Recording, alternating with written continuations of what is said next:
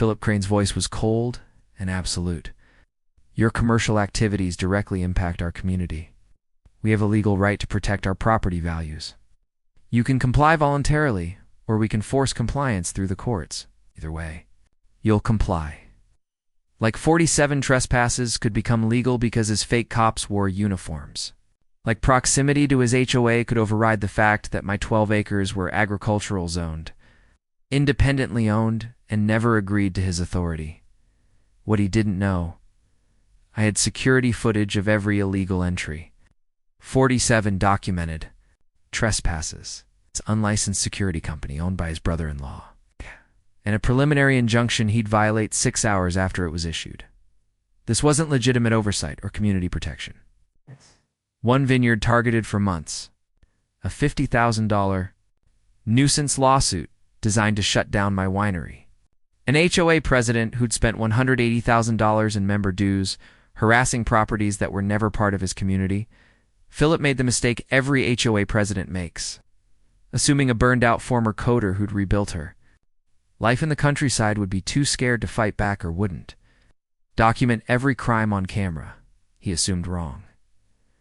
Over 18 months, I watched Philip Crane discover what happens when you send unlicensed security onto private property. 47 times, sue the owner for defending her boundaries, and violate a court order while being filmed. This is the story of how an HOA president lost his position, his real estate license, and $180,000 in judgments because he couldn't answer one question the judge asked. Do court orders apply to you? Not because I wanted to destroy him, because property law doesn't care about proximity or fake badges. It cares about boundaries and what happens when you trespass 47 times on land that was never yours to patrol. But let me start from the beginning. Before we dive into, I'd love to know where you're listening from today. Don't forget to hit the like and subscribe buttons for more interesting stories just like this. The tire tracks were fresh. Deep grooves cut straight through my Cabernet Rose, crushing 3 weeks of new growth. I knelt in the dirt, touching the damaged vines. Someone had driven through here, at night, on my property, and I was about to find out they thought they had every right to do it. My name is Ava Marlowe. I was 38 years old. I spent 15 years writing code in Silicon Valley before I burned out so completely I couldn't look at a screen without feeling sick. 5 years ago, I bought 12 acres. Outside the city limits, rolling hills, good soil, far enough from everything that I could breathe again. One planted grapevines Cabernet Sauvignon, Merlot, little Chardonnay on the south-facing slope. Built a small winery in what used to be a barn. Got my licensing, learned the chemistry, made wine that didn't suck, sold bottles at the local farmers market to a few restaurants, through a tiny tasting room I opened on weekends. It wasn't Silicon Valley money, but I slept through the night. That was worth more. The property was outside city limits. Agricultural zoning. No HOA checked 3 times before buying because I'd heard the horror stories. The deed was clean. I owned it outright. No covenants. No restrictions. No one telling me what color to paint my barn. Freedom. That's what I'd bought. For 5 years. It had been exactly that. Then the estates at Ridgemont started construction on the adjacent property. I watched them build over 2 years. Luxury homes, $800,000 starting price, gated entrance with stone columns. Every house looked the same: beige stucco, terracotta tile roofs, 3-car garages, 60 homes total, manicured lawns, community clubhouse with a pool. HOA rules so thick, they could have been a phone book. My vineyard sat right next to their eastern boundary. A fence separated Usmai split-rail wood fence on my side, their 6-foot privacy wall on theirs. The residents started moving in 6 months ago.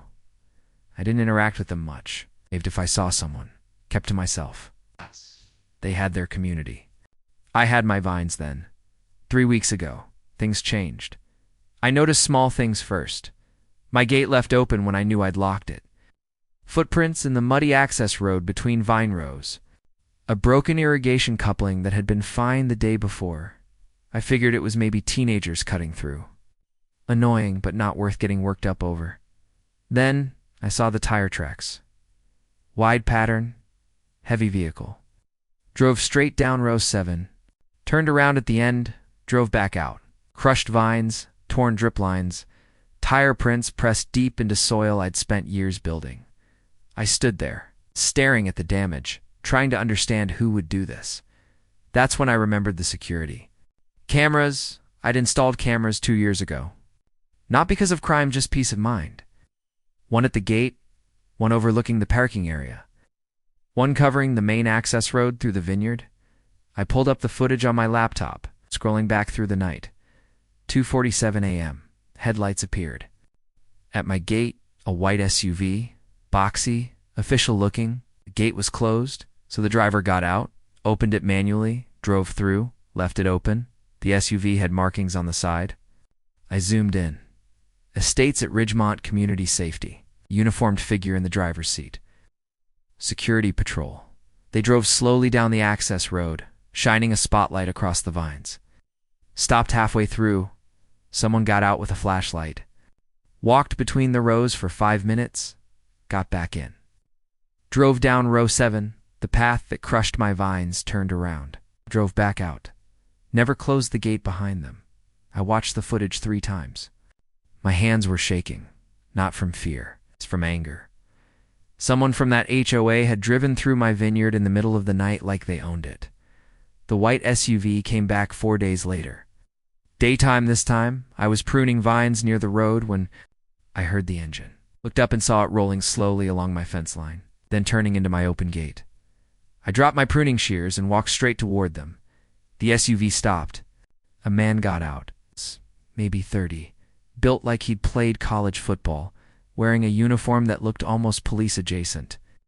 Dark blue pants, light blue shirt, badge on his chest that said Community Safety Officer. "Can I help you?" called. Out. He looked at me like I was the one who didn't belong. "Ma'am, we're conducting a routine patrol, just checking the perimeter. This is private property. You're trespassing." He smiled, not friendly, condescending. "We're authorized to patrol all properties within community boundaries for safety and security. I'm not in your community. Your property borders the estates at Ridgemont. That makes it part of our safety zone." He pulled out a clipboard.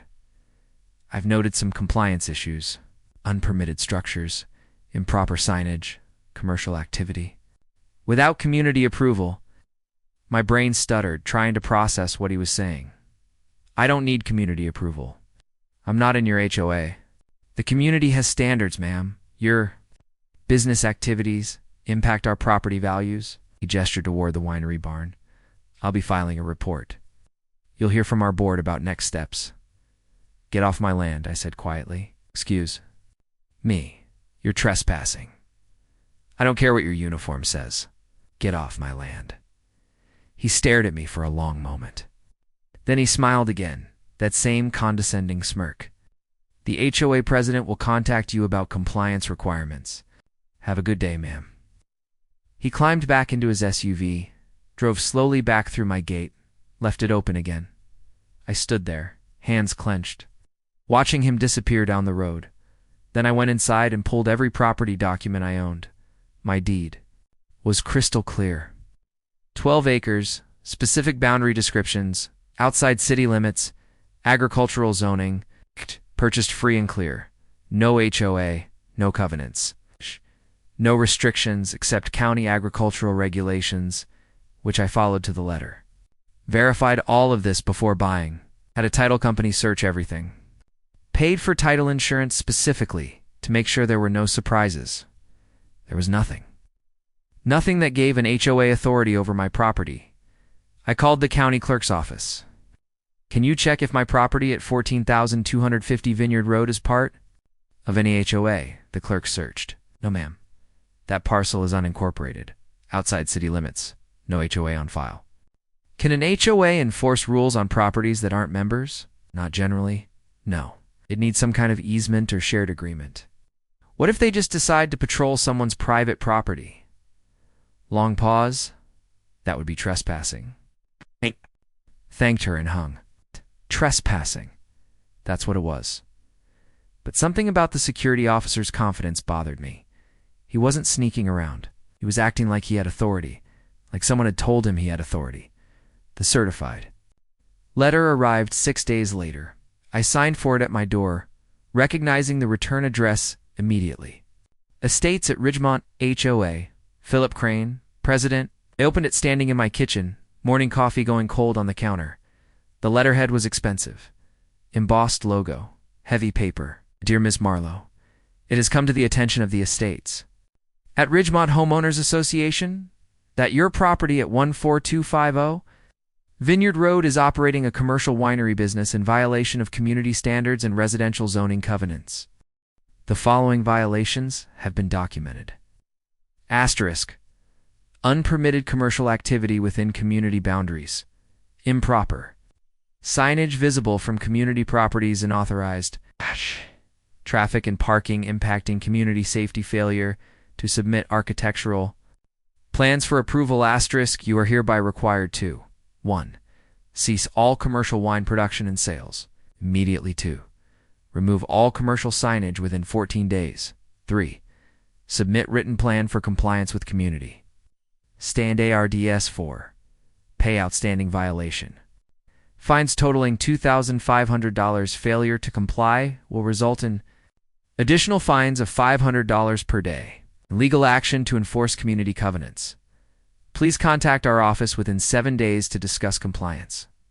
Sincerely, Philip Crane, President, Estates at Ridgemont, HOA. I read it twice, and a third time. They were demanding I shut down my winery, pay fines, submit to their authority over a property I owned that wasn't in their HOA, that I'd verified was independent before I bought it. My hands started shaking again.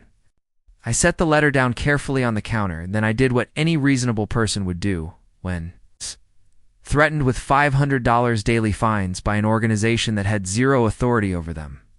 I called a lawyer because Philip Crane and his community safety officers had just made a very expensive mistake they'd assumed. Property lines were suggestions, and I was about to teach them exactly what private property means. The lawyer I called specialized in property disputes. Her name was Rebecca Walsh, and her voicemail said she was in court until 3 p.m. I left a message. Tried to sound calm. My voice cracked anyway. While I waited for her call back, I couldn't sit still. Paced the winery, checked the cameras every 15 minutes, jumped at every sound. That letter sat on my kitchen counter like a live grenade. $2,500 in fines. $500 per day after that. Cease all operations. I'd left Silicon Valley with $180,000 in savings. Bought this land, planted vines, built the winery, lived lean for 5 years while the business grew. My savings were gone. The vineyard was just starting to break even. If they shut me down, I'd lose everything, worse I'd have to go back. Back to the city, back to coding, back to the fluorescent lights and panic attacks and 3 a.m. emails. That made my chest tight. This vineyard wasn't just my business. It was the life that had saved me, and Philip Crane wanted to take it away because it annoyed him. I spent the afternoon researching him. Couldn't help myself fold habits from my tech days. Dig into the data, find the patterns. Philip Crane, 54, real estate developer. Owner of Crane Development Group, LinkedIn full of professional photos, smiling in expensive suits. Bio about transforming communities and enhancing property values. He'd built the estates at Ridgemont, owned 4 homes in the development himself, bought at pre-construction prices, now listing them for $850,000 each. His business model was obvious. Build, control through HOA, inflate values, flip for profit. I found a local news article from 2 years ago. Developer brings luxury living to rural county. Philip quoted, "We're creating an exclusive community where residents can enjoy premium amenities and protected property values." Protected from what? From people like me who were here first? My phone rang at 3:47 p.m. Rebecca Walsh. "Ms. Marlowe, tell me what's happening." I told her everything. My voice kept breaking. I hated how scared I sounded. "Do you have documentation?" she asked when I finished. Security footage. Multiple trespasses. Timestamps, license plates, everything. Don't delete anything. I'm sending a retainer agreement. We're going to make this very expensive for them. After we hung up, I sat in the quiet winery and tried to breathe. My hands were shaking. I hadn't slept properly in 3 days. I called Philip Crane the next morning. I had to try talking to him directly. Maybe this was all a misunderstanding. Maybe I could reason with him. I was wrong on both counts. Philip Crane speaking. Professional voice. Confident. Mr. Crane, this is Ava Marlowe. I received your letter. Ms. Marlowe. Warmth drained from his voice immediately. And I trust. You're preparing a compliance plan, Mr. Crane? I'm not a member of your HOA. My property is independently owned, outside city limits, agricultural zoned. You have no authority over my vineyard. Pause. When he spoke again, his tone had hardened into something cold. Ms. Marlowe, let me be very clear. Your commercial activities directly impact our community. Traffic, noise, the visual blight of your ... operation. We have a legal right to protect our property values. You have a right to manage your HOA, not my property, your vineyard. Borders our community that makes it subject to our oversight. He spoke slowly, like explaining to a child. I've dealt with difficult neighbors before. Small business owners who thought they could do whatever they wanted. They all came around eventually, usually after their legal bills got too high. My stomach clenched. Are you threatening me? I'm informing you of reality. You can comply voluntarily. Or we can force compliance through the courts. Either way, you'll comply. The question is how much it costs you. Your security patrol is trespassing on my land? That's illegal. Our security officers are performing their duties. If you interfere with them, that's obstruction. His voice took on an edge. I'd be careful about making accusations, Ms. Marlowe. Defamation lawsuits are expensive. He hung up. I sat there, phone pressed to my ear, listening to dead air. My hands were shaking so hard I nearly dropped it. He wasn't interested in talking. He wanted me gone. And he'd use every tool he had, legal or not, to make that happen. The security patrols got worse after that call, like Philip had given them. Permission to escalate. 3 days later, I was working in the vineyard when I heard the gate open. The white SUV rolled through, parked right in the middle of my access road, blocking it completely. 2 officers got out, younger guys, mid-20s, built like gym rats. They walked straight into my Merlot section with tablets, photographing vines, typing notes. I dropped my pruning shears and walked toward them. You're trespassing. Get off my property. The taller one looked up, smiled, not friendly, condescending. We're conducting a safety inspection, ma'am. I didn't authorize any inspection. This is private property. HOA authority supersedes private property rights in matters of community safety. He said it like he'd memorized it from a script. We're documenting code violations. I'm not in your HOA. The second officer stepped closer. Close enough that I had to look up at him. Ma'am, you need to calm down. Getting agitated isn't going to help your situation. My heart pounded. He was trying to intimidate me, and it was working. I was alone, 2 men on my property, acting like they had every right to be here. I'm calling the police, I said, pulling out my phone. You're welcome to do that, the tall one said, going back to his tablet. We'll be done in about 20 minutes. Unless you physically interfere, which would be assault on a security officer. I called 911, explained the situation to the dispatcher. Well, she said she'd send someone, but it was not an emergency. Could be an hour. The officers took 30 minutes. Walked through 3 different vineyard sections, photographed my equipment shed, measured the distance from my winery to their fence line. Oh. One of them stepped directly on a newly planted vine. Didn't apologize when I yelled at him when they finally left. I stood in the empty vineyard shaking, not just my hands, my whole body. They weren't going to stop. And calling the police didn't help when they were gone before anyone arrived. I installed 4 more cameras that afternoon, covered every angle of the property. Then I sat down and started documenting everything in a spreadsheet. Date, time, what. They did video file names if they wanted documentation. I'd give them documentation. 2 weeks later, county code enforcement notice arrived. Someone had filed a complaint claiming my winery violated zoning regulations. Inspector Davis came. Out on a Thursday, I met him at the gate, arms full of permits and licenses, prepared to defend every inch of my operation. He reviewed everything, walked the property, checked the winery building. "You're fully compliant," he said after 20 minutes. "Psst. In order?" Relief hit me so hard, I almost cried. "Can you tell me who filed the complaint?" He hesitated. "The estates at Ridgemont, HOA. Philip Crane. I'm not in their HOA, I know. This is the third baseless complaint they've filed against bordering properties this year." He shook his head. "It's wasting county resources. If they keep it up, we can cite them for false reporting." After he left, I sat in my tasting room and understood what Philip was doing. He was building a paper trail. Security reports county. Complaints, violation notices, creating a record that made me look like a problem property owner.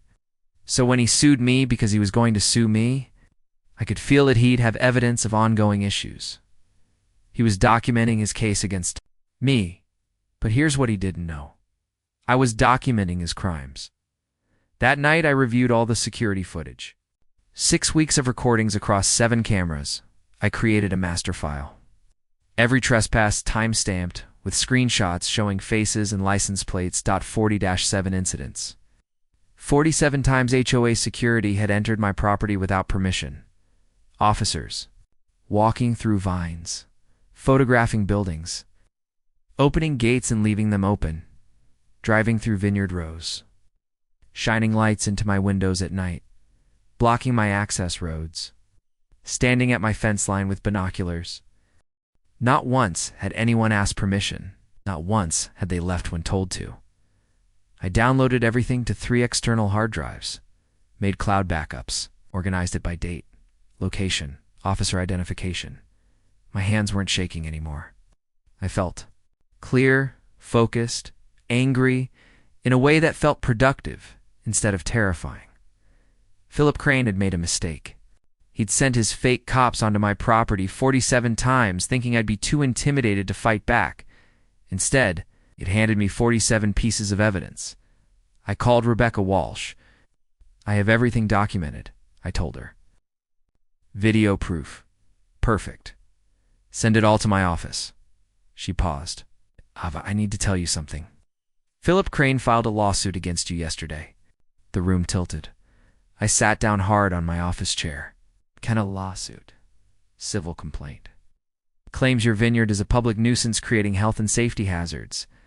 He's demanding an injunction to stop all wine production and $50,000 in damages for decreased property values." $50,000. I couldn't breathe. The numbers ran through my head. Automatically lodger fees, court costs, potential judgment if I lost. I didn't have $50,000.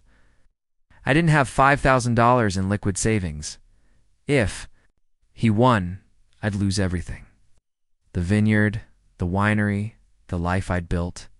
I'd have to sell, probably at a loss, because who wants to buy a property with an active nuisance lawsuit attached?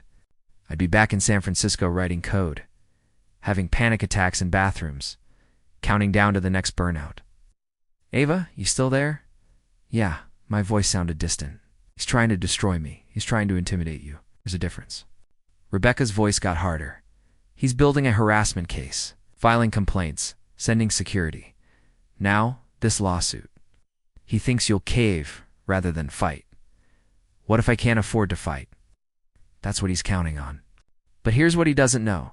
You have 47 documented trespasses. That's not a defense. That's a countersuit. When we're done, he's going to wish he'd never sent his fake cops onto your property. After we hung up, I sat in the dark office for a long time. Then I pulled up the security footage, watched Philip's officers walking through my vines, photographing my life's work, treating my property like it belonged to them. My fear shifted, hardened into something else. Philip had documented his case against me? County complaints, security reports, violation notices. But I documented his crimes. 47 times, on camera. With timestamps and license plates and faces clearly visible, he thought he was building leverage. He thought I'd fold under pressure. He forgot something fundamental. Documentation cuts both ways, And trespassing isn't a legal strategy. The property owner has cameras.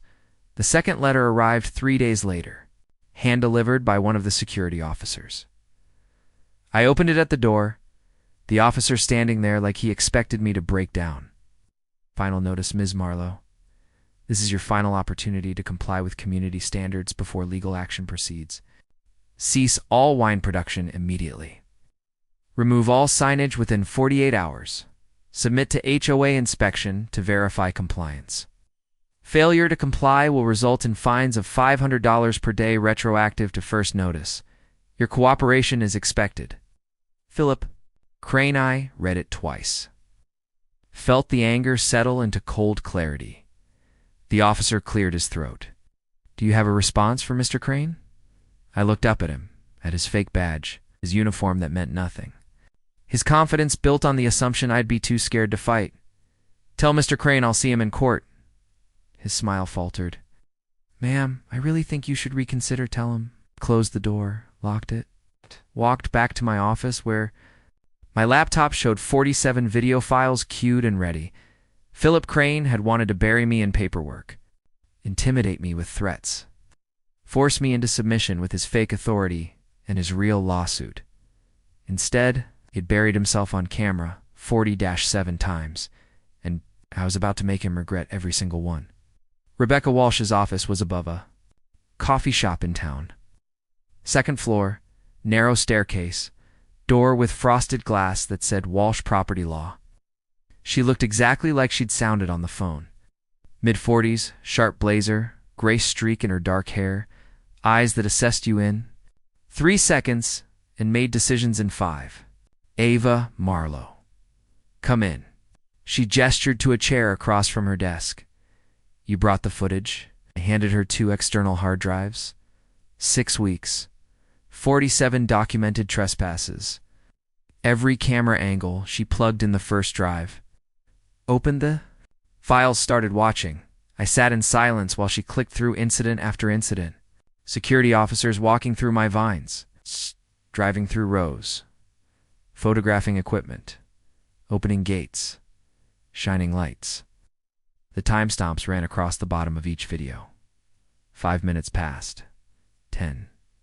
Rebecca's expression didn't change, but her jaw got tighter with each file. Finally, she looked up. This is criminal trespass. Multiple violations. Repeated, documented, deliberate. She tapped the screen. Could press charges right now. Get every one of these officers arrested. Will that stop Philip? No, it'll piss him off and he'll escalate. But here's what it will do. It proves pattern and intent. She opened a legal pad, started writing notes. He's claiming you're a nuisance. You're about to prove he's a criminal operation masquerading as community security. What do we do first? She smiled. Not warm predatory. We send him a cease and desist. Letter. Legal, formal, no room for interpretation. And then we wait for him to ignore it. What if he doesn't ignore it? Ava, men like Philip Crane don't back down when they're challenged. They double down. He'll ignore it, escalate, and give us even more evidence. She pulled up a document template. Trust me. This is going to get worse before it gets better. But when it's over, he's going to regret ever hearing your name. The cease and desist letter went out certified mail the next day. 3 pages, legal letterhead, no ambiguity. Your security personnel have trespassed on Ms. Marlowe's property 47 times. You have no authority over her vineyard. Stall contact immediately or face criminal and civil action. Attached. Still. Frames from security footage showing officers' faces, license plates, HOA vehicle markings. Philip's response arrived 4 days later. Not a letter, a lawsuit. Rebecca called me, he filed. Civil complaint in county court. Claims your vineyard constitutes a public nuisance, demands injunctions stopping all wine production, and $50,000 in damages. I'd been expecting it. Still felt like getting punched. When's the court date? 6 months. But discovery starts now, which means we get to demand all of their documents. Her voice had that predatory edge again. He just opened the door to every file, every email, every record they have. This is going to be fun. Fun? For me? For him, it's going to be a nightmare. Rebecca's first discovery request was surgical. She asked for all security patrol logs for properties bordering the estates at Ridgemental, complaints filed with county agencies. Against non-member properties, all communications between HOA board and security company, all financial records related to security services, the HOA attorney, expensive firm from the city. 3 names on the letterhead, tried to block it. Filed motions claiming the requests were overly broad and harassing. The judge denied every motion. Mr. Crane filed this lawsuit. Discovery is part of the process. Produced the documents. What came back was devastating. Not for me. For Philip, Rebecca spread the documents across her conference table. Look at this. Your vineyard isn't the only target. Shh. 3 other properties bordering the development had received similar treatment. A small horse ranch owned by Tom Webb. 15 acres, maybe a dozen horses. Been there 30 years. A family farm owned by Maria Santos. 20 acres. Organic vegetables. Farmer's market vendor. A residential property owned by an elderly couple. The Johnsons. Nice house, completely minding their own business. All of them outside the HOA. All of them harassed. Rebecca showed me the complaints. Tom cited for livestock odor and noise. Maria cited for commercial vehicle traffic. The Johnsons cited for non-conforming fence structure. Every complaint filed by Philip Crane on behalf of the HOA. Every complaint dismissed by the county as baseless. He's been doing this systematically, Rebecca said, targeting every property that borders his development. He's trying to force compliance or force them to sell. Why? Control. Property values. Maybe he wants to buy the land himself. She pulled up a property map. Look at this. If he could acquire these 4 properties, he could expand his development by 60%. My stomach turned. He's trying to steal our land. He's trying to make your lives so miserable you'll sell cheap just to escape. She started making notes. We need to contact these other property owners. They'll join forces. We can show pattern and practice. Turn this from a nuisance case into a harassment lawsuit. I called Tom Webb that afternoon. Got his number from the property records. Mr. Webb, my name is Ava Marlowe. I own the vineyard next to the estates at Ridgemont. I think we have a mutual problem. Pause. Then a rough laugh. You got Philip Crane on your ass too? For 6 weeks? His security keeps trespassing.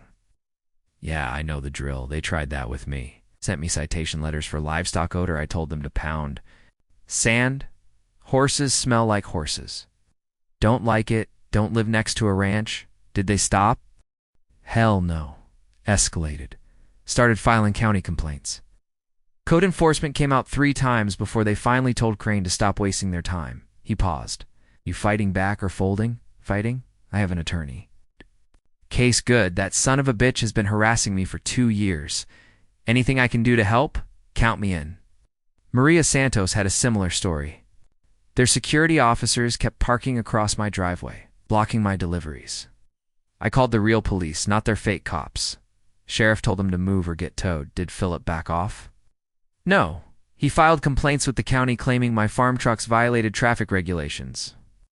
All dismissed. But it cost me time and stress and lawyer fees just to defend myself.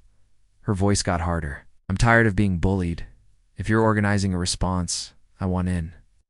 The Johnsons were quieter, older, scared, but they had documentation. 2. Letters, citations, photos of security officers on their property. We just want to be left alone, Mrs. Johnson said softly. We've lived here 40 years. Now every day, there's someone from that HOA telling us we're doing something wrong. For property owners? For separate harassment campaigns? One common enemy, Rebecca called it a pattern of abuse, and filed an amended countersuit adding Tom, Maria, and the Johnsons as co-plaintiffs. The new complaint was 30 pages long. Trespass, harassment, abusive process. Intentional infliction of emotional distress. Intentional interference with business operations. We weren't defending anymore. We were attacking. The HOA's attorney tried every intimidation tactic in the book. Depositions scheduled on 2 days. Notice: document requests demanding 10 years of business records. Motions to compel, motions to dismiss, motions to delay. Rebecca met every move. They're trying to drown you in paperwork, make you give up. It's not going to work. My deposition was scheduled for a Tuesday morning. The HOA's attorney, silver-haired guy in a $2,000 suit, name was Mitchell Bradford, came in looking like he expected to shred me in 20 minutes. He started with softballs. How long I'd owned the Vineyard, what my business operations were. Then he shifted. Ms. Marlowe, isn't it true that your vineyard generates significant traffic to a quiet rural area? I get maybe 10 customers on a busy weekend. That's not significant. Isn't it true that wine production creates noise and odors? No more than any agricultural operation? Have you ever considered that your business might not be appropriate for a residential area? I looked at Rebecca. She nodded. My property isn't in a residential area, I said slowly. It's agricultural zoned, outside city limits. It's not part of your client's HOA. So what I do on my land is none of Philip Crane's business. Mitchell's jaw tightened. Ms. Marlowe, do you deny that you've been hostile toward community security officers attempting to perform their duties? I deny that your client's employees have any right to trespass on my property 47 times. Trespass is a strong word. It's the correct word. Would you like to see the video footage? Rebecca smiled slightly, but you did not. The deposition went 3 hours. He tried every angle, stuck to the facts. By the end, he looked frustrated. Phillips. Deposition was 2 days later. Rebecca didn't let me attend, but she played me the recording after. Philip was confident, dismissive. Exactly what I'd expected. Mr. Crane, why did your security officers enter Ms. Marlowe's property? They were conducting safety patrols. Standard procedure. Did Ms. Marlowe give permission for these patrols? Permission isn't required for community safety inspections. Her property isn't in your community. It borders our community. That makes it subject to our oversight. Rebecca paused the recording. He genuinely believes this. That proximity equals authority. What happens when the judge hears this? Philip Crane loses his lawsuit. Okay, and possibly faces criminal charges. She clicked to another file. But wait, it gets better.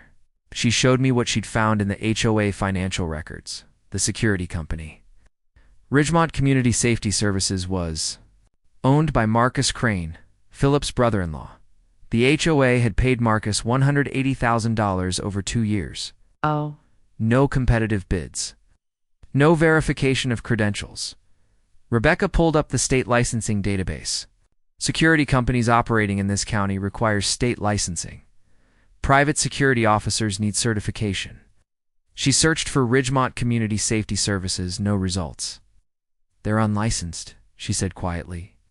Philip hired his brother-in-law to run a fake security company, paid him $180,000 in HOA funds, and sent him to trespass on private property. That's fraud. That's criminal fraud. We're going to give this to the county prosecutor. Sheriff Martinez came to the Vineyard on a Thursday afternoon. Patrol car, official visit, reviewing evidence. I showed him the footage. Incidents. He watched in silence, taking notes. These aren't real cops, he said finally. These are private citizens trespassing repeatedly on your property. The HOA calls them community safety officers. They can call themselves whatever they want. Doesn't make it legal. He wrote something in his notebook.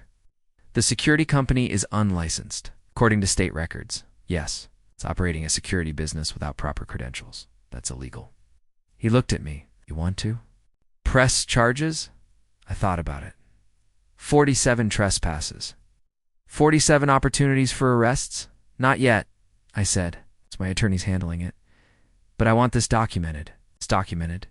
And I'm going to have a conversation with Mr. Crane about his security officers. He closed his notebook. If they come on your property again, call 911 immediately. Don't confront them. We'll handle it.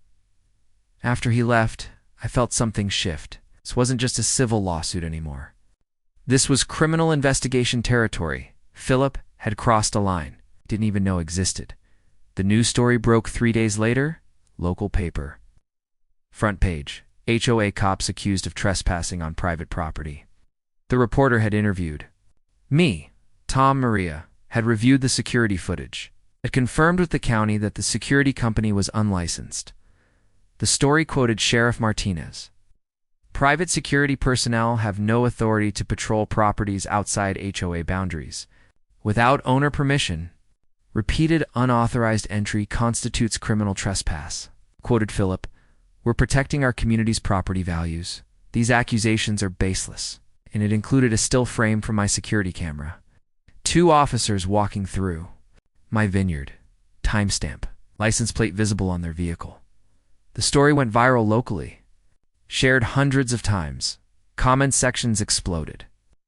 HOAs are out of control. Fake cops trespassing on private land? That's insane. Philip Crane should be arrested. By that evening, a TV news crew had contacted me asking for an interview. Rebecca called, "Do the interview, but stick to facts only. No emotion. Just, they trespassed 47 times. I have video proof. We're pursuing legal action." The interview aired 2 days later. Local evening news. 3 minutes. My vineyard on camera. The security footage playing. Me saying calmly, "I'm not in their HOA. They have no authority here. But they came onto my property 47 times anyway." The anchor's closing line. The county prosecutor's office confirms they've received criminal trespass complaints and are reviewing the evidence. I watched it alone in my winery, glass of my own Cabernet in hand. Philip Crane had tried to intimidate me into silence, had sent his fake cops to harass me into compliance, had sued me to force me to give up. Instead, he was on the news. His brother-in-law's fake security company exposed. Criminal charges pending, and we were just getting started. The news story went viral within 24 hours. Not national news, it's just local. But in a rural county, where everyone knows everyone, that was enough. My phone started ringing Tuesday morning and didn't stop. Reporters, neighbors, barely knew offering support. 3 different attorneys calling to offer their services. A wine distributor who'd never returned my calls suddenly wanted to carry my label. "You're trending on the county Facebook page," Tom Webb told me when he called. 1,100 shares. People are pissed. The reporter who'd broken the story, Rachel Chen, local paper, maybe 30. Sharp questions and sharper instincts had done more than just interview me. She dug her follow-up article published Thursday, Pattern of Harassment. Filed 40-plus baseless complaints against non-member properties. She'd pulled county records. 43 complaints filed by the estates at Ridgemont HOA against neighboring properties in 18 months. Noise violations, zoning violations, commercial activity violations, environmental violations, traffic violations, every single one investigated by the county. Every single one dismissed as unfounded, but the harassment had continued anyway. Rachel interviewed Tom, Maria, the Johnsons, interviewed 3 other property owners I didn't even know had been targeted. All the same story. HOA, security showing. Up, citations issued, threats made, county complaints filed. The article quoted an anonymous county inspector. Got to the point where we'd see an estates at Ridgemont complaint and know it was probably bogus. But we're required to investigate every complaint. They were wasting hundreds of hours of county resources. Rachel's closing paragraph was surgical. The question isn't whether the HOA has the right to enforce standards within their community. The question is whether they have the right to weaponize county agencies against property owners who never agreed to HOA authority. The county Facebook page exploded. The story was shared 2,000 times by Friday. The HOA scheduled an emergency meeting for Saturday night. It's open to residents only, but as Rebecca pointed out, HOA meetings in our state were subject to open meeting laws. You have every right to attend as a member of the public, she told me. Take notes. Don't speak unless they call on you. Just observe. The meeting was at the community clubhouse. I arrived 15 minutes early. Parked away from the entrance. Walked in quietly. The room was packed. Maybe 90 people more than I'd expected. Every folding chair filled. People. Standing against walls. The tension was thick enough to taste. Philip sat at the head table with 4 board members. He looked exactly like his LinkedIn photos. Expensive suit, confident posture, face that said he was used to being in charge. The woman next to him looked miserable. 50s glasses, dowdy cardigan, according to the nameplate. Linda Forrester, treasurer. She kept her eyes down, wouldn't meet anyone's gaze. Philip called the meeting to order at exactly 7 p.m. Thank you all for coming. I know there's been some unfortunate media coverage lately, and I want to address concerns. Why are we being sued? A man in the 3rd row standing up. I got a notice that the HOA is facing multiple lawsuits. Nobody told us about this. Philip's smile tightened. Legal matters are handled by the board and our council. Homeowners are notified when necessary. We're on the hook for any judgment. That's our money. A woman near the front. How much are we being sued for? The lawsuits are without merit. Our attorney is confident. How much? Philip hesitated. The complaints total approximately $280,000 in damages. But as I said, they're baseless. The room erupted.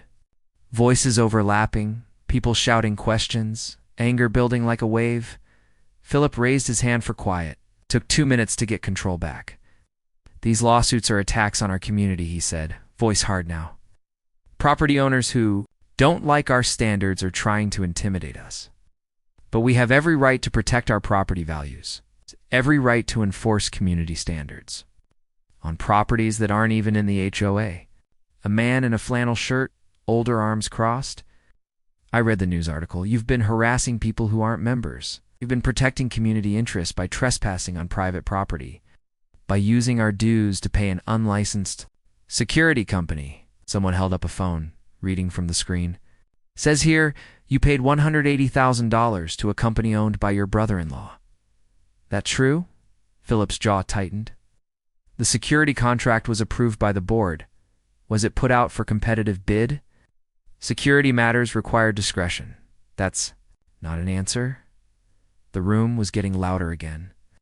We pay $600 a month in dues. Where's that money going? Philip looked at Linda. All right. Our treasurer can address financial questions. Oh, my Linda. Linda looked like she wanted to disappear through the floor. The budget is available for review. All expenses are documented, is it? True you paid $180,000 to the president's brother-in-law? Someone shouted. Linda's face went red. She looked at Philip. He gave her a look that was pure warning. The security contract was within budget, she said quietly, approved by the board. Out. Her hands were shaking, and she wouldn't meet anyone's eyes. A younger woman stood up, maybe 35, professional clothes. I'm an attorney. I've reviewed the bylaws. The board has no authority to engage in actions that create liability for homeowners without membership. Vote. These lawsuits put us all at financial risk. I move for a special election to remove the current board. Half the room shouted agreement. The other half looked confused. Philip stood up. That motion is out of order. This isn't a voting meeting, then. Call a voting meeting. Multiple voices shouted. The meeting devolved into chaos. People yelling over each other. Board members looking panicked. Philip trying to maintain control and failing.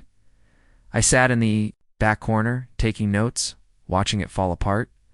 Finally, Philip adjourned the meeting, without addressing most of the questions. People filed out angry, talking in tight groups, looking betrayed. I waited until the room cleared, started toward the exit. Ms. Marlowe, I turned. Linda stood near the side door, looking terrified. Can we talk? She whispered. Not here. It's somewhere. Private, we met at a coffee shop 20 minutes away. Linda's hand shook as she ordered tea. We sat in a back corner booth. I shouldn't be talking to you, she said immediately. Philip finds out he won't. Not from me. She stared into her tea. I tried to stop this. 2 years ago, when he first hired Marcus's security company, I asked why we weren't bidding it out. He told me to stay in my lane, that security was his domain. Did you know they were unlicensed? No. God, no. I thought it was legitimate. Her voice cracked. When the complaints started neighbors calling about our security on their property, I brought it up in a closed board meeting. Asked if we should review our security protocols. What did Philip say? Said I was undermining community safety. That if I couldn't support the board's initiatives, maybe I shouldn't be treasurer. She looked up at me, eyes red. I needed this position. It looks good for my accounting practice. I thought. I thought he knew what he was doing. He knew exactly what he was doing. He was using HOA money to harass people into selling their land. I know that now. She pulled a manila envelope from her bag, slid it across the table. These are the financial records. Everything. 2 years of security. Expenses. The original contract with Marcus. Board meeting minutes where I raised concerns. I opened the envelope. Spreadsheets, contracts, email printouts. $180,000 to Ridgemont Community Safety Services. No competitive bids. No verification of licensing. Expenses buried in the budget under community safety as a single line item too vague for homeowners to question. Why are you giving me this? I asked. Because it's wrong. What he did to you, to Tom Webb, to everyone, it's wrong. And I stayed silent because I was scared. Tears spilled down her cheeks. I'm not staying silent anymore. Rebecca filed a motion for preliminary injunction on Monday morning. Emergency request, arguing that continued trespassing was causing irreparable harm to my business. The hearing was scheduled for Wednesday. Judge Morrison, the same judge handling Philip's nuisance lawsuit against me, Rebecca stood at the plaintiff's table. The HOA's attorney, Mitchell Bradford, stood at the defense table. Philip sat behind him, looking annoyed that he had to be there. Rebecca presented the evidence methodically. 47 documented trespasses, security footage. My testimony. About damaged vines, lost business from customers too intimidated to visit. Your Honor, the defendant's security personnel have repeatedly and deliberately entered my client's property without permission. This isn't a boundary dispute. This is systematic harassment. Mitchell stood. Your Honor, the HOA's security personnel were performing their duties on property they have no authority over. Rebecca interrupted. Ms. Marlowe is not an HOA member. She never agreed to HOA oversight. The defendant's security company is unlicensed and has no legal authority to patrol any property, let alone private land outside HOA boundaries. Judge Morrison looked at Philip. Mr. Crane, is it true your security company is unlicensed? Philip stood. Your Honor, licensing is a technicality. Our personnel are trained professionals. Licensing isn't a technicality, it's the law. The judge picked up the security footage stills, studied them. 47 trespasses. Ms. Marlowe repeatedly asked them to leave. They didn't. We were protecting community interests. You were trespassing. Repeatedly. Judge Morrison signed. The order. Preliminary injunction granted. The estates at Ridgemont HOA, its board members, employees, contractors, and security personnel are barred from entering Miss Marlowe's property for any reason without her explicit written permission. Violation will result in contempt charges. The gavel came down. Rebecca leaned over to me. He's going to violate it. I guarantee it. When? Soon. Men like Philip don't believe rules apply to them. She was right. The white SUV came through my gate the next afternoon. I was in the winery when the motion sensor alert buzzed my phone, pulled up the camera feed. The SUV driving slowly down my access road like nothing had changed. Like there wasn't. A court order forbidding this exact behavior.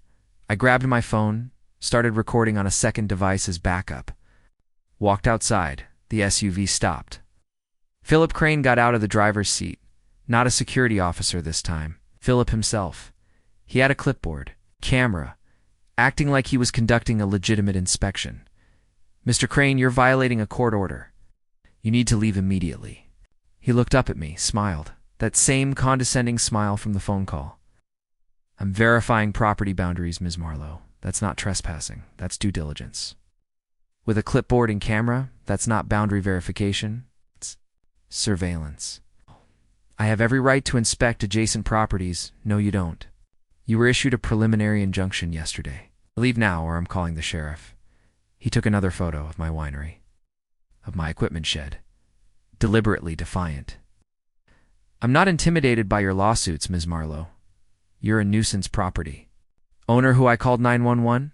Put it on speaker. 911? What's your emergency? This is Ava Marlowe at 14,250 Vineyard Road.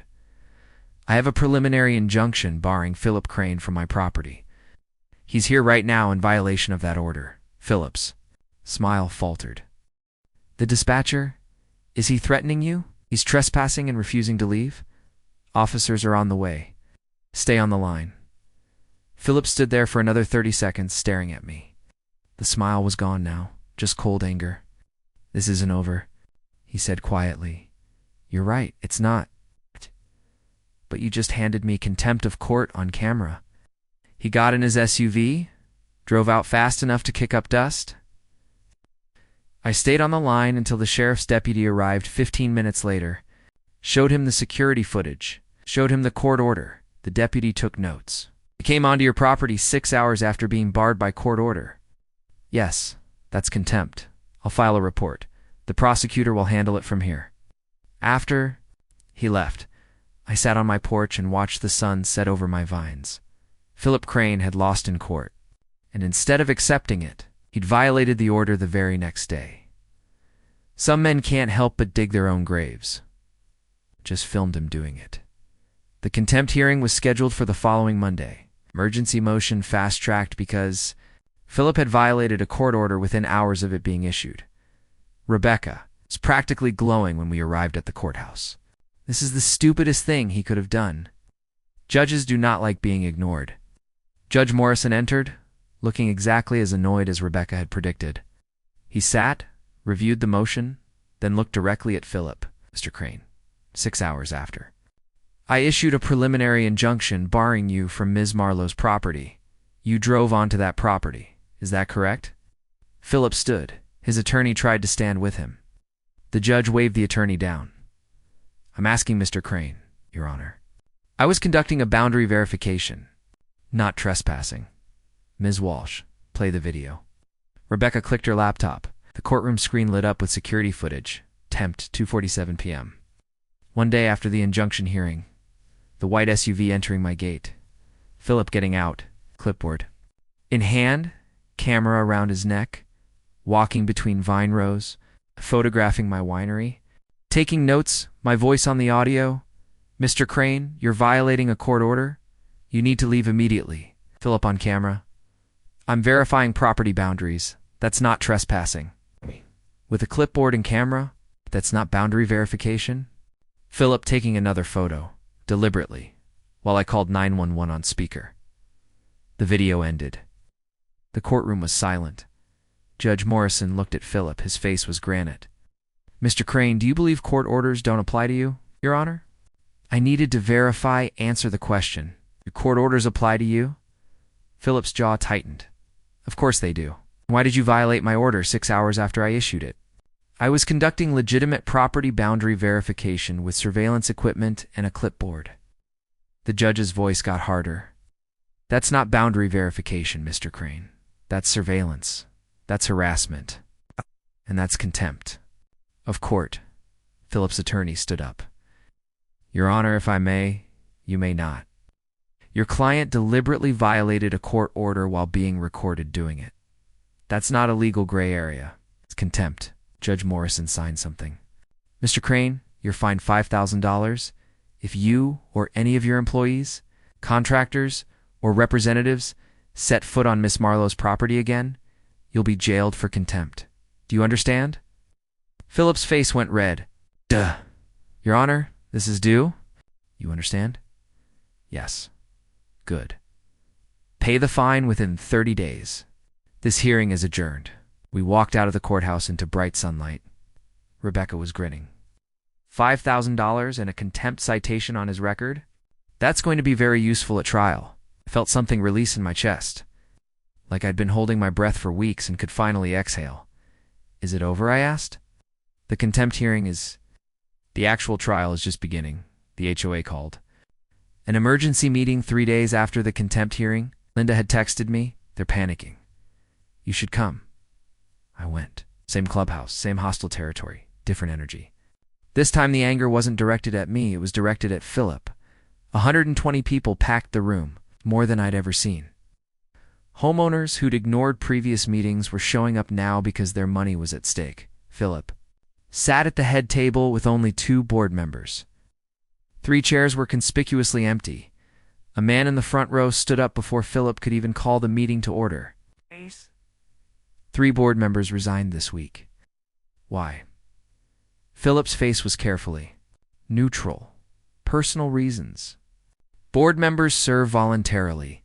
They resigned because we're being sued for $280. Zero and the president just got cited for contempt of court. A woman near the middle stood up. I want to know why we're paying for your legal problems. These lawsuits are attacks on the community. These lawsuits are because you sent unlicensed security to trespass on private property. Another voice, angrier. We're reading about it in the news. My daughter's teacher asked me if I live in that HOA. This is humiliating. Philip tried to regain control. The board acted in the community's best interest. Property values, property values. A man stood up holding papers. I just got my home reappraised. Down 8% since this scandal started. Your protection is costing me money. The room erupted. People shouting over each other, demanding answers, demanding accountability. Someone yelled, "Why did you pay $180,000 to your brother-in-law's fake security company?" Philip's face went tight. Security contract was approved by you. You approved it. No competitive bids, no license verification. A woman in professional clothes stood up, the attorney from the last meeting. I've reviewed the bylaws. Contracts over $50,000 require homeowner approval. You never brought it to a vote. Security matters require board discretion. Discretion doesn't mean dictatorship. Someone shouted. A man in the back stood up. I move for a vote of no confidence in the president and remaining board members. Seconded. Multiple voices. Philip slammed his hand on the table. That's out of order. No, it's not. The attorney was reading from her phone. State HOA law allows for emergency votes if 20% of members request it. We have signatures from 40 homeowners. That's 25% of the community. Call the vote. Philip looked trapped. Linda sat next to him, staring at the table, not helping. Fine, Philip said through clenched teeth. All in favor of a vote of no confidence. Hands went up. 87, maybe 90. Opposed. 12 hands. Maybe less. The vote was overwhelming. Philip stood up. This vote is non-binding. I'm not resigning. The board will remain in place. You just lost a confidence vote 90-12, someone yelled. The bylaws don't require board resignation based on no confidence votes. Then we'll recall you. The attorney again. We're filing for a recall election. You have 30 days. Philip grabbed his papers. Walked out of the meeting alone. Linda stayed at the table, looking like she might cry. The room buzzed with angry energy. People formed groups, talking about recall petitions, legal options, how to protect themselves. I slipped out quietly. This wasn't my fight anymore. This was the HOA eating itself from the inside, and Philip had cooked the meal. Himself. The civil trial started 6 weeks later. Rebecca, Tom's attorney, and Maria's attorney had coordinated everything. 3 separate cases tried together. All against the estates at Ridgemont HOA. The trial lasted for days. Testimony, evidence, expert witnesses. I sat in the witness box and described 47 trespasses, showed the security footage, explained the damage to my vines, the lost business from customers too scared to visit, the emotional toll of being harassed for months. Tom testified about being cited for livestock odor, having security officers walk through his horse ranch without permission. Maria testified about security, blocking her driveway and the county complaints that cost her thousands in legal fees to defend. Philip took the stand. His attorney tried to salvage it. Mr. Crane, why did you believe the HOA had authority over these properties? They border our community. We have a right to protect our property values, Rebecca cross-examined. Mr. Crane, did any of these property owners sign agreements giving you authority? No. But did any of them ask for your security services? No. Did any of them agree to HOA oversight? No. But proximity doesn't create jurisdiction, does it, Mr. Crane? Silence. And you personally directed your brother-in-law's unlicensed security company to patrol these properties, correct? I directed them to protect community interests by trespassing. Repeatedly, despite being asked to stop, despite a court order. Rebecca held up the contempt citation. You were fined $5,000 for contempt of court for violating an injunction and entering Miss Marlowe's property. Is that correct? Philip's face was stone. Yes. The jury deliberated for 90 minutes. Verdict. HOA liable for trespass, harassment, intentional infliction of emotional distress, and intentional interference with business operations. Damages awarded to me. $87,000. Lost business, emotional distress, attorney fees, punitive damages. Tom. $180,000. Exactly the amount the HOA paid to Philip's brother-in-law's fake security company. Rebecca called it poetic justice, called it validation. The HOA's insurance company sent a denial letter 2 weeks after the verdict. Rebecca showed it to me. Standard exclusion. Insurance doesn't cover intentional acts or trespass. The HOA is on the hook for the full $180,000. Where does that money come from? Their reserves. And if reserves aren't enough, they levy a special assessment on homeowners. The special assessment notice went out 3 days later. $3,000 per household. Due within 60 days. 160 homes. Nearly $500,000 total, enough to pay the judgment and cover legal fees. The HOA Facebook group exploded. Homeowners posting screenshots of the assessment notice. Fury, panic, threats to sue the board. Personally, one post got 300 comments in an hour. We're paying $3,000 because Philip Crane harassed people who weren't even HOA members. This is insane. Another, I can't afford this. I have kids in college. We're on a fixed income. How is this legal? You see the Facebook meltdown? You see the Facebook meltdown? Hard to miss. Recall petition hit 120 signatures in 2 days. They need 82 force. An election. It's happening. The recall election was scheduled for 30 days out. Philip could run for re-election if he wanted, but his campaign would be, vote for the guy who costs you $3,000. Not a winning message. I sat on my porch that evening with a glass of wine, watching the sun set over vines that were finally truly mine. No security patrols, no trespassing, no fake cops with clipboards. Just my land, my business, my peace. My phone buzzed. Text from Maria. Thank you for standing up to him. I couldn't have done this alone. Another from Tom. Drinks on me next time we're in town. Another from Linda. The recall election is February 15th. Philip's not running. He's done. Thank you. I didn't respond right away. Just sat there feeling something I hadn't felt in months. Relief, and underneath it, something sharper. Vindication, Philip. Crane had tried to intimidate me into giving up my vineyard. Had sued me, harassed me, sent fake cops onto my property 47 times, and now he was finished, cited for contempt. Facing recall, his HOA in chaos. $180,000 judgment hanging over the community he'd claimed to protect, all because he believed. His authority extended past his property line, all because he forgot that trespassing is a crime, not a strategy, and all because he underestimated what happens when you push someone who's already survived burnout, rebuilt their life from scratch, and has absolutely nothing left to lose. You don't intimidate someone like that.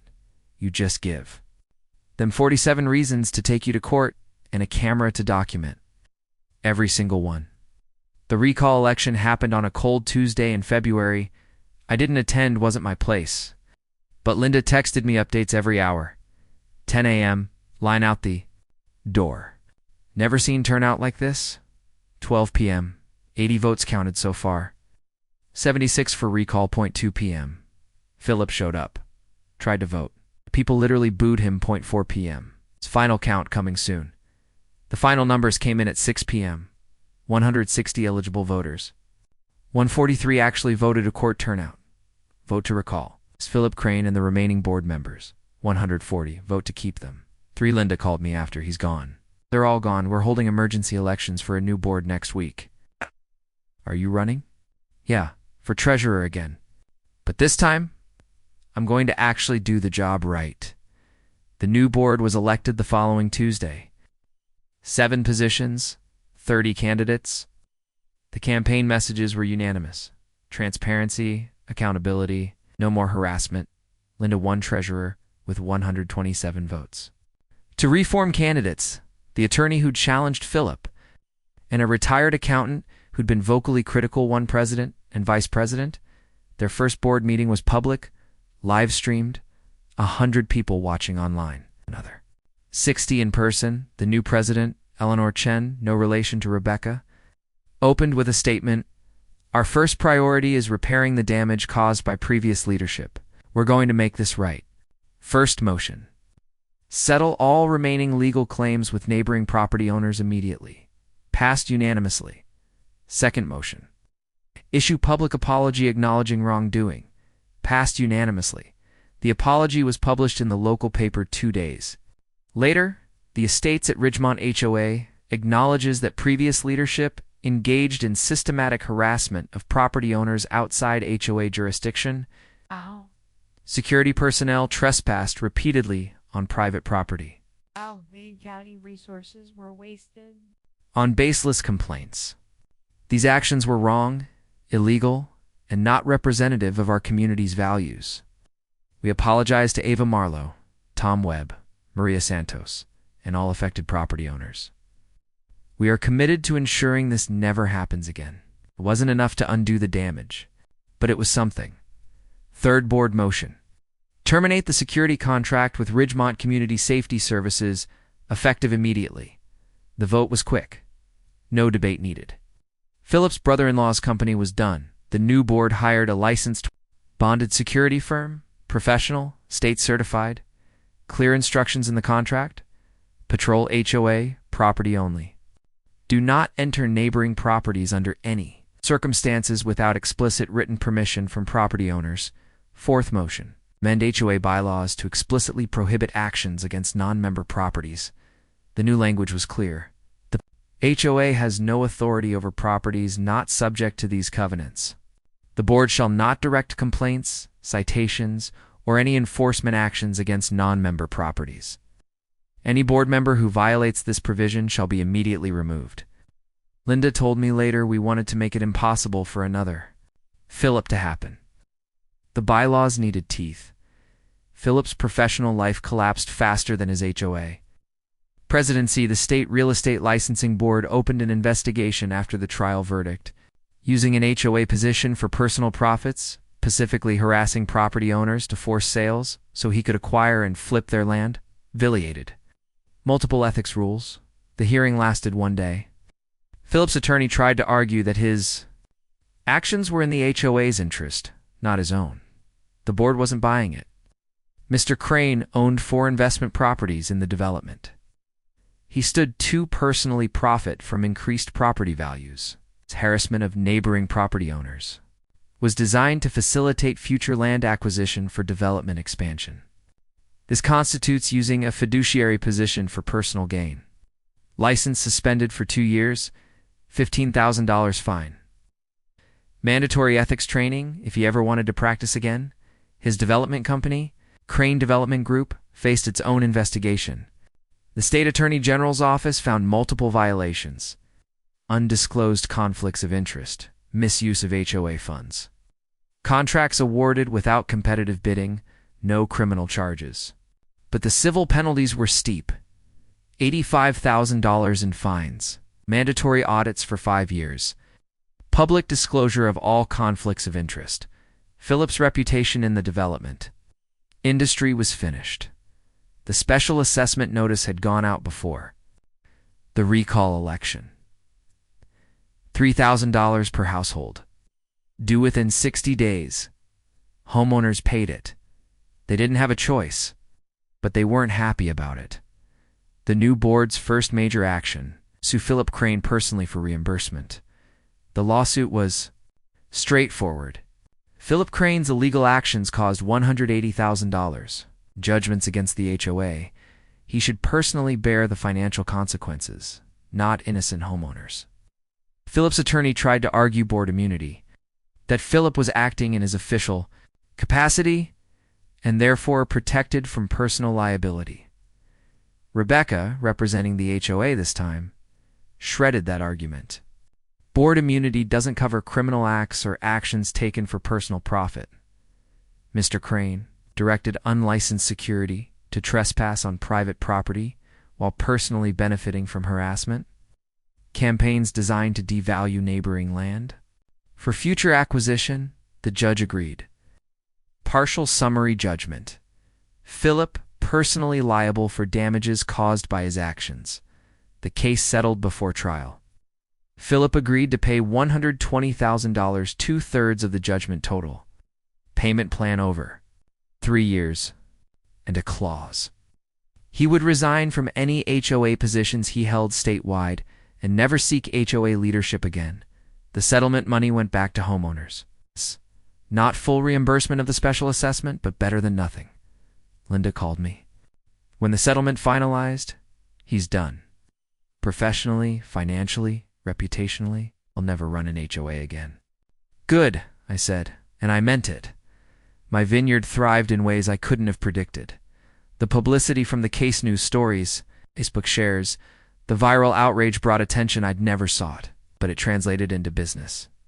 Wine sales doubled in 3 months. Restaurants that had ignored my calls were suddenly reaching out. A regional distributor wanted to carry my label. My tasting room had lines on weekends. People wanted to support the winemaker who'd stood up to the bully HOA. They'd come in, buy bottles, tell me their own HOA horror stories. Some cried. Some just wanted to shake my hand. You did what I was too scared to do, one woman told me. Thank you. I hired 2 part-time employees to keep up with demand, expanded my tasting room, planted 2 more acres of vines. The vineyard that Philip Crane had tried to shut down was growing. Tom, Maria. And I stayed in touch. Monthly dinners, checking in, sharing updates. Tom's horse ranch was peaceful again. No more fake cops measuring my property. No more citations, just horses and quiet. Maria's farm had expanded. I bought the lot next to mine, 5 more acres. I'll figure I'll grow into it. The Johnsons sent me a Christmas card with a photo of them on their porch smiling. The caption, "Finally at peace." The 3 of us, Tom, Maria, and me, formed something. Unofficial but real. Coalition of property owners advocating for rights protections. We attended county planning meetings, spoke at public hearings, pushed for ordinances that would prevent HOA overreach. Maria was the most vocal. We can't let this happen to someone else. We had resources to fight back. Not everyone does. Tom nodded. Next person, Philip targets, might not have security cameras or a good lawyer. We need laws.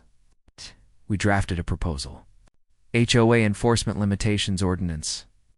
Simple concept: HOAs can only enforce rules on member properties. No citations, no complaints, no actions against non-members without their explicit written consent. We presented it to the County Board of Supervisors 6 months after the trial. I spoke first. Calm, factual, 3 minutes. I was harassed for months by an HOA I never joined. 47 trespasses, $50,000 lawsuit, all because my vineyard annoyed them. This ordinance ensures no one else faces that. Tom spoke second, Maria third. 3 other property owners who'd been targeted by various HOAs over the years. The board listened, asked questions, debated.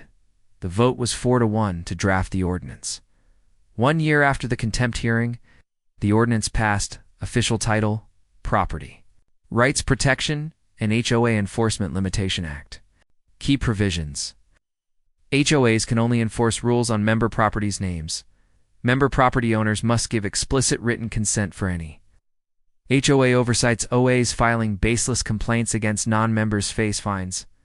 Counties must track HOA complaint patterns and investigate abuse. The local paper covered it. County passes strict limits on HOA authority law inspired by Vineyard trespass case. Rachel Chen, the reporter who'd broken the original story, called me. You changed county law. How does that feel? Thought about it. About the 47 trespasses. The lawsuit, the contempt hearing at the trial, about sitting on my porch scared and exhausted, wondering if I'd lose everything, about Philip Crane thinking he could intimidate me into silence. It feels like justice, I said. Not just for me, for everyone. I visited Tom's ranch the day the ordinance took effect. We sat on his porch, drinking beer, watching his horses graze. Think Philip knows about the ordinance? He asked. Probably. Wherever he is. Where is he anyway? Last I heard, selling commercial real estate to counties over. Nothing residential. Nothing with HOAs. Tom laughed. Good. Hope he stays there. He sat in comfortable silence. It's a kind you earn by surviving. Something together? You ever regret fighting back? Tom asked. No. You? No? He took a sip of beer. But I'm glad I didn't have to fight alone. Me too. The sun set orange over his property. Beautiful land. His land. Protected now by laws that didn't exist a year ago. Laws that existed because we'd refused to back down when someone tried to take what was ours. That felt like legacy. That felt like enough. 2 years after that first set of tire tracks crushed my vines. I stood in the same spot and couldn't recognize the view. Not because it had changed, because I had. The vineyard had expanded to 15 acres. 2 new varietals Pinot Noir on the north slope, Zero, where the afternoon sun hit hardest. My winery building had doubled in size. I'd hired 4 full-time employees and hosted 3 weddings last summer. Business had more than doubled. It had transformed. The tasting room that used to see maybe 10 visitors on a good weekend now had reservations booked 6 weeks out. Wine. Club membership hit 200. Distributor in Seattle wanted my Cabernet. A restaurant in Portland put my Merlot on their list. People came because the wine was good. But they stayed because of the story. You're the one who fought the HOA, they'd say. And I'd nod, pour them a taste, and listen to their own stories of HOA overreach, property disputes, feeling powerless against bureaucracy. My fight had become bigger than me. It had become a symbol. I hadn't asked for that. But I'd learned to carry it my relationship with the estates at Ridgemont. It normalized into something almost neighborly. The new board respected boundaries. Actually respected them, not in the we'll pretend until we don't way Philip had, but in the your property is yours and ours is ours way that should have been obvious from the start. Eleanor Chen, the new HOA president, had visited 6 months after the recall election. Brought a bottle of wine from a different vineyard, a peace offering, she'd said. I want you to know, she'd told me, standing awkwardly in my tasting room, that what happened to you was wrong. And we're committed to making sure it never happens. Again, I'd accepted the wine. Poured us both a glass of mine. We'd talked for an hour about property rights, community boundaries, how to be good neighbors without being controlling ones. She bought a case before leaving. For the HOA holiday party, if that's okay. It's okay. Now, 2 years later, I'd see estates residents at farmers markets buying my wine. Some would wave when they drove past. A few had become regular customers, stopping by the tasting room on weekends. The security patrols, the new ones, licensed and professional, stayed on HOA property. Sometimes I'd see them at the fence line, checking their perimeter. They'd wave. I'd wave back. Not friends, not enemies. Just neighbors, with clear boundaries. That was all it ever needed to be. Tom, Maria, and I had dinner once a month, rotating. Locations: Stom's ranch, Maria's farm, my vineyard. This month it was my turn. I'd set up a table in the vineyard, string lights overhead, cooked pasta with vegetables from Maria's farm. Read an article about our ordinance, Maria said, pouring wine. 3 counties are using it as a model. Considering similar laws? Good, Tom said. Should be everywhere. It will be, I said. Give it time. Change happens slow, but it happens. We ate in comfortable silence. The kind you only get with people who've survived something together, who understand without needing explanation. Hear about Philip? Tom asked eventually. What about him? Saw him at a real estate expo in Nevada, selling commercial properties. Looked miserable. Maria raised her glass. To Philip's misery. We clinked glasses, laughed, but it wasn't cruel laughter. It was relief. He hadn't destroyed us. We'd survived him. And now he was selling strip mall spaces in another state while we sat under string lights drinking wine on land that was ours. Protected, at peace, that felt like winning. Linda visited the vineyard in late summer. She'd called ahead, asked if we could talk. We sat in the tasting room on a quiet Tuesday afternoon. I poured her a glass of Chardonnay. She held it, but didn't drink. I should have spoken up sooner, she said quietly.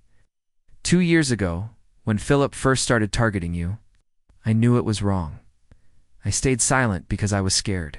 You gave me the financial records. That mattered. But I waited until it was safe, until he was already losing. Her voice cracked. Yeah, you were fighting alone while I protected my position? I thought about that. About the months of fear and harassment and sleepless nights. About how different it might have been if Linda had spoken up during the first board meeting, but I also thought about courage, about how it shows up in different forms on different timelines. You spoke up when you could, I said finally. That's what matters. She looked up at me, eyes red. I'm trying to be better. The new board, we're doing things right. Transparent. Budgets, open meetings, no targeting non-members. I want you to know that. I know. I've been watching. She drank her wine. We talked for another hour. About the vineyard, about HOA reform, about what it takes to stand up when you've spent so long staying silent. When she left, she bought 6 bottles. 4 friends who need to hear your story. The county ordinance we'd pushed for, the one limiting HOA enforcement to member properties, had become something bigger than local law. Property rights organizations were citing it in policy papers. 3 other counties had passed similar ordinances. A state legislator had reached out asking if I'd testify in support of statewide legislation. You changed the law, Rebecca told me over coffee. Most people never do that. We changed it. Tom. Maria, everyone who testified. You started it. By refusing to back down when it would have been easier to give up. My security footage had become training material. Rebecca used it in seminars for property attorneys. Textbook harassment case, she'd say. 47 documented trespasses. This is why you tell clients to install cameras. A law professor in California had contacted me asking permission to use the case in his curriculum. It's a perfect example of HOA overreach and the importance of property boundaries. I'd said yes. If my nightmare could teach the next generation of attorneys how to fight back, then it meant something. I installed a small memorial at the vineyard entrance 6 months after the trial. Simple granite marker, understated. Private property respect. Boundaries below it. GPS coordinates marking the exact property line. Not aggressive, just clear. Next to it, a photo from 1962 when my property was first surveyed. It's the original owner standing at that exact spot, proud and strong. People asked about it sometimes. I'd explain, this marks where my property begins. Everything past this line is mine. It's a reminder that boundaries matter. Some understood immediately. Others needed the full story. I didn't mind telling it anymore. The fear and anger had faded. What remained was clarity. 2 years and 1 month after the first trespass. I walked to the corner of my property where the HOA security had first driven through. The vines there had recovered. New growth, healthy leaves, grapes ripening in the late summer sun. You couldn't tell they'd ever been damaged. I'd installed proper fencing along the entire eastern boundary. 7-foot posts, clear signage every 100 feet. Private property, no trespassing. Not because I expected trouble, because boundaries deserve to be visible. The sun was setting, painting the sky orange and purple. I stood there with a glass of my own Cabernet, looking at land I'd fought for, protected, kept. Philip Crane had tried to take this from me, had sent his fake cops, filed his lawsuits, used every intimidation tactic he could imagine. He'd thought I'd fold, thought a burned-out former coder who'd retreated to the countryside would be too scared or too tired to fight back. He'd been wrong, not because I was fearless. I'd been terrified. But because this vineyard was the life I'd built after the one that broke me, and I'd already learned once that some things are worth fighting for even when you're scared, especially when you're scared. They called themselves community safety officers. They wore uniforms, drove marked vehicles, carried clipboards like authority meant anything, but they weren't cops. They were private citizens with cameras and entitlement. Trespassing on my land 47 times because their boss thought proximity meant power? Philip. Crane believed that borders were suggestions, that his HOA authority extended past property lines because he said so, that I'd eventually give up because fighting back was expensive and exhausting and lonely. He forgot something fundamental. You can't enforce rules on people who never agreed. To them, jurisdiction isn't proximity. Authority isn't assumption. And trespassing doesn't become legal just because you do it 47 times. I didn't fight back out of spite or revenge. I fought back because boundaries matter. Because my vineyard, my land, my business, my peace was worth defending. Because documentation beats intimidation. Truth beats authority. And property lines beat fake badges every single time. Philip Crane spent 2 years harassing me. He's spending the rest of his career rebuilding a reputation he destroyed himself. I spent 2 years fighting back, and now I stand in a vineyard that's thriving, on land that's mine. Protected by laws that didn't exist before we demanded them. That's not revenge. It's justice. And justice tastes like Cabernet at sunset, standing on your own property, knowing nobody can take it from you, because you drew the line, you held the line, and you made them respect the line. Boundaries aren't suggestions, they're sacred, and when someone forgets that, you remind them 47 times if you have to.